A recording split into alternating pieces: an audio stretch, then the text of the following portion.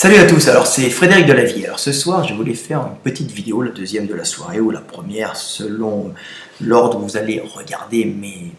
ma vidéo ou mes vidéos. Donc je vais faire une vidéo assez intéressante sur les trois types d'hommes que nous pouvons rencontrer. Les trois types d'hommes dans leur comportement avec les femmes et les trois types d'hommes que les femmes, si vous voulez, rencontrent le plus souvent. Alors, ces types d'hommes ont été conservés par la nature, par la sélection naturelle, si vous voulez, car ils ont chacun leurs avantages. Alors, ils ne sont pas, on ne les rencontre pas en même proportion dans les groupes humains mâles, mais ce sont les trois types d'hommes principaux que vous pouvez rencontrer. Alors, ça va intéresser cette vidéo les femmes, bien sûr, vous allez comprendre ce que sont les hommes, mais ça va aussi intéresser les hommes qui vont essayer de se situer dans un de ces trois types. Alors, c'est le type que j'ai moi-même classifié et que l'on rencontre le plus fréquemment. Alors, le premier type, alors ces trois types ont des avantages, je vais les passer en revue. Le premier type, c'est le type coureur, celui qui saute sur tout ce qui bouge et qui a un besoin de sexe en permanence et qui n'est absolument pas fidèle. Alors, il couche avec les femmes, fait l'amour et les quitte. Alors, autant jadis, ça avait un avantage important, c'est-à-dire que cet homme pouvait avoir une descendance nombreuse en ayant de nombreuses femmes. Alors, en général, c'est un individu qui a un bon taux de testostérone, qui est un coureur de jupons, mais ce n'est pas forcément la meilleure option, bien qu'il se reproduise bien à la base. Il a la chance de faire de la diversité génétique, c'est-à-dire qu'en changeant de nombreuses partenaires, il peut faire des enfants et faire de la variation génétique dans sa descendance, en ayant une descendance nombreuse, descendance qui sera à ce moment-là donc avec une grande variation génétique, et s'il y a un changement de climat ou un changement de milieu, sa descendance aura plus de chances de s'adapter, en tout cas une partie de sa descendance, au changement de milieu, car il aura fait des mélanges avec plusieurs femmes différentes. Donc il aura fait de la diversité génétique, lui permettant d'avoir peut-être la bonne option de survie dans sa descendance, donc la transmission génétique, dans sa descendance, donc plusieurs variations, plusieurs femmes, donc plusieurs mélanges génétiques lui permettant d'avoir une de plus grandes chances d'avoir la combinaison génétique permettant de s'adapter au milieu futur qu'il viendra. Donc c'est un avantage. Le désavantage, c'est bien sûr qu'il ne s'occupe pas de sa descendance et que c'est la femme en général qui s'en occupe seule, avec peut-être l'aide de son groupe proche, mais sans le papa, minimisant quand même les chances de survie de cette nombreuse descendance. Donc on apporte moins de soins aux petits, donc les petits auront peut-être plus de difficultés à s'en sortir dans la vie, mais ce mâle fera une nombreuse descendance, et en plus comme il est assez vigoureux, c'est un coureur de jupons, avec un bon taux de testo élevé, il a quand même de fortes chances d'avoir une descendance vigoureuse, mais relativement instable, et il risque d'avoir quand même des pertes chez les petits qui ne vont pas avoir d'éducation, donc pas d'avoir de structure sociale de bonne qualité pour éduquer les petits dans notre société humaine qui, je le rappelle, est la société animale la plus complexe qui existe, avec un partage des rôles entre l'homme et la femme, mais entre les humains, entre eux, qui ont chacun des tâches spécialisées. Donc c'était une organisation extrêmement complexe dans laquelle les petits ont souvent besoin de l'aide d'un papa et d'une maman pendant de nombreuses années pour être viables et pour pouvoir se reproduire, donc pour être sociabilisés et se reproduire. Donc ça, c'est le premier type d'homme. C'est classique, c'est le coureur de jupons. Il est beau garçon, il est costaud, il est énergique, pas forcément beau garçon, mais énergique, donc il attire les femmes, il a du succès avec les femmes, mais il n'est pas stable et il n'engendre pas une descendance totalement stable, vu qu'il n'y aura pas d'éducation du papa et il laissera tomber la maman. Mais il a un avantage, comme je dis, il fait de la diversité génétique. Le deuxième type d'homme, c'est le type d'homme que l'on rencontre le plus souvent et celui que la nature a le plus souvent sélectionné. C'est celui que j'appelle le coureur de jupons romantique. C'est-à-dire qu'il est romantique, il s'attache à sa femme, mais il ne peut pas s'empêcher de détourner la tête pour regarder le premier cul qui passe. Alors il est amoureux de sa femme ou attaché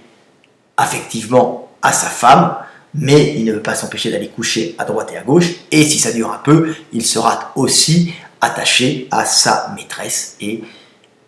à sa descendance. Donc, pourquoi ce type d'homme s'est conservé? Tout simplement parce que, il fait de la diversité génétique comme le premier type d'homme que je vous ai décrit,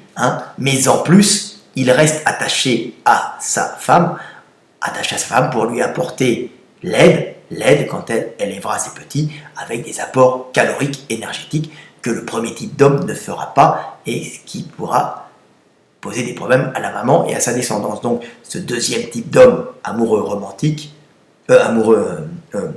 coureur de jupons romantique, reste attaché à ses femmes,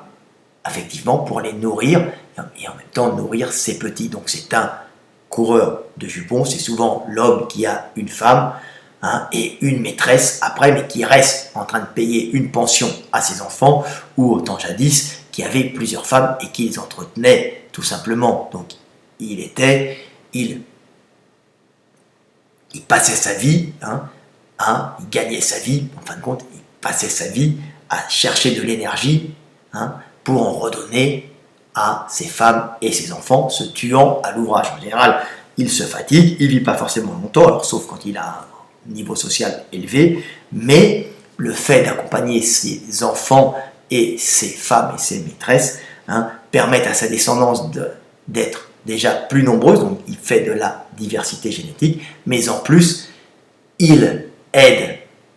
ses petits avec les mamans, permettant aux petits d'être viables et d'être éduqués dans une société humaine extrêmement complexe. Donc c'est celui qui se conserve, c'est le type mâle qui s'est conservé le plus. L'amoureux, le gars attaché à sa femme, en vérité attaché affectivement à ses femmes,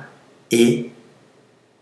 coureur de jupons, tout simplement. Donc celui qui a plusieurs femmes, qui va chercher la calorie et qui les nourrit. Alors même dans nos sociétés occidentales, on voit souvent les hommes qui ont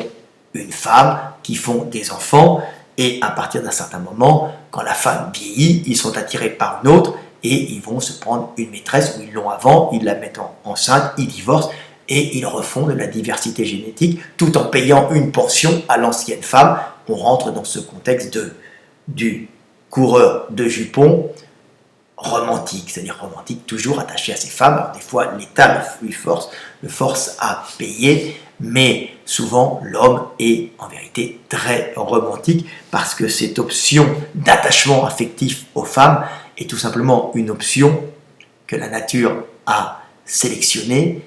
L'attachement affectif de l'homme à la femme a été sélectionné pour permettre aux hommes de nourrir les femmes et leur descendance, tout simplement, et la leur, celle des femmes et celle des hommes. Donc c'est très très intéressant à voir. C'est le type d'homme le plus souvent sélectionné, comme on peut voir les hommes politiques. François Hollande, par exemple, qui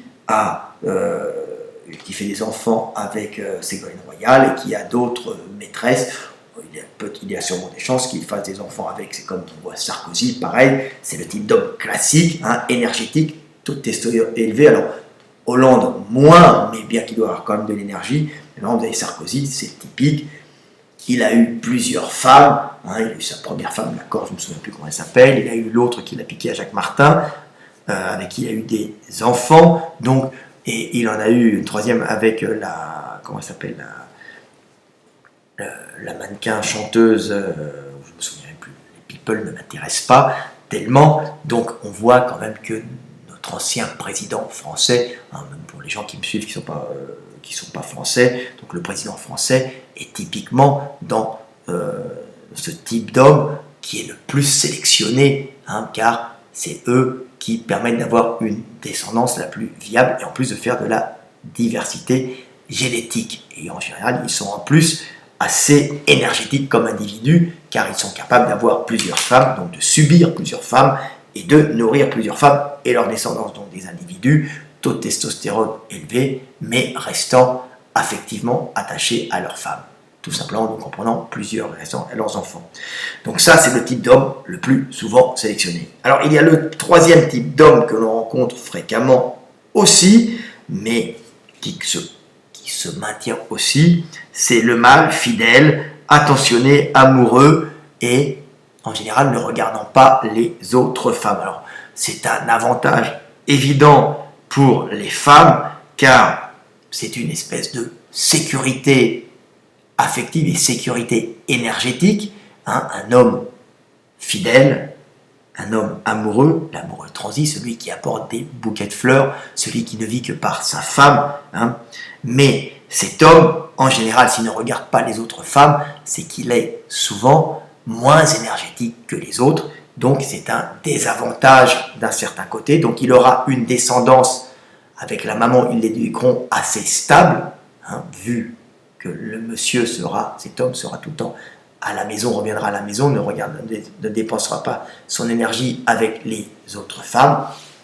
mais évidemment, il sera peu énergétique, car s'il avait été plus énergétique, alors c'est pas pour tous les hommes, bien sûr, il y a des hommes qui peuvent être très énergétiques et se contenter d'une femme, mais bien sûr, l'occasion faisant le larron, s'ils ne le font pas, si ceux-là ne le font pas, c'est qu'ils n'ont peut-être pas la possibilité énergétique due à souvent un taux d'hormones un peu bas, hein, ce qu'on appelle l'amoureux transi. Alors, ça avantage les femmes qui sont des fois qui restent avec ces hommes-là, bien que ça ne soit pas forcément leur tasse de thé, mais ces hommes apportent une certaine sécurité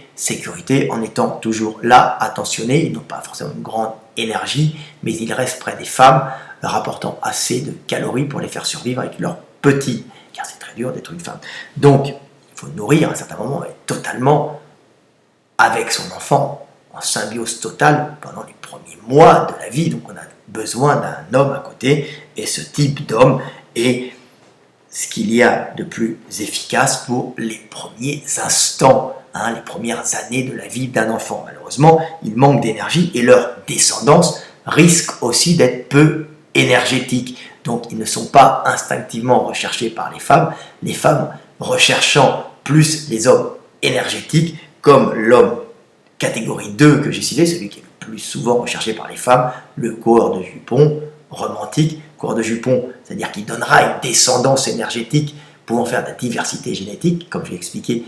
permettant ainsi de trouver la solution génétique en cas de changement de milieu, mais aussi il restera à apporter de la nourriture et à aider à l'éducation des petits ou de ses petits s'il a plusieurs femmes, et de ses femmes. Hein, le troisième, comme j'ai dit, c'est le mâle fidèle, on se rabat sur lui au dernier moment, ce n'est pas forcément celui qui est recherché, comme on dit tout le temps, hein. Une femme qui couche avec plusieurs hommes, c'est une salope, un homme qui couche avec plusieurs femmes, c'est un séducteur, hein. Donc on voit bien qu'il y a une différence de valeur donnée à l'énergie d'un homme ou à l'énergie d'une femme, dans l'énergie sexuelle d'un homme ou d'une femme, hein, tout simplement parce que l'homme énergétique aura plus de facilité à faire une descendance variée, hein, variée génétiquement. Donc les femmes sont moins attirées par cet homme fidèle, mais elles y restent par souvent la qualité de soins que cet homme apporte dans les premières années de la vie, de l'éducation d'un petit, hein. Mais alors cet homme, bien sûr, c'est entre guillemets souvent le cocu classique, hein, celui qui rentre à la maison après avoir travaillé. Il a souvent un travail subalterne, puisqu'il n'a pas assez d'énergie pour être un mâle alpha dominant qui est souvent une pourriture qui écrase les autres pour avoir les femmes. N'oubliez pas, moi je me mets en dehors de tout ça, puisque je suis de l'esprit et je ne suis pas de la chair quand je vous explique ça. Je parle en m'extrayant de mes passions humaines, hein. Mais évidemment, le mâle attentionné, l'amoureux transi, celui qui est fidèle, qui n'a qu'une femme, en général, il est souvent cocufié. Autant jadis, hein, c'était l'histoire de la femme du boulanger de Pagnol, hein.